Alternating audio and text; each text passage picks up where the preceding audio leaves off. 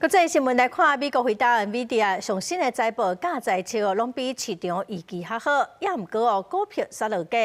美国的财政部长贝森特伫接受媒体访问的时嘛强调讲，政府是无拍算要入股回答。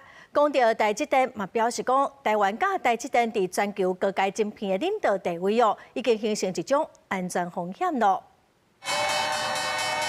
伫科技股带头大起，甲投资人对辉达财报信心的带动之下，美国标普500指数27收盘再创新高。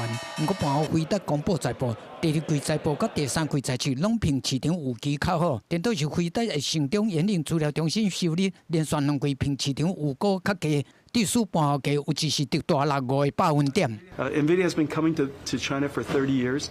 As you know, China is the second largest technology market in the world. 优胜辉达成长变慢，含 H20晶片伫中国的出货量，拢是这个 AI 大厂爱面对的无确定性。尤其《金融时报》27报道，中国为要降低对辉达晶片的依赖，准备混大 AI 处理器的生产线，未来要甲产能提升3倍。另外，收买英特尔10%股份，川普政府敢会入股辉达？美国财长贝辛德拜三伫个福斯专访明确讲，无这种考虑。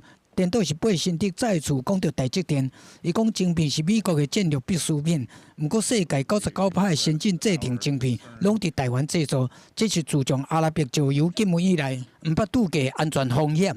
美国政府对科技战略高度关心。路透社报道，第27美国国防部长希克瑟斯讲，五角大楼伫知影 Microsoft 使用中国这个外包员工来维护国防部的云端环境了后，已经向 Microsoft 发出正式的要义批。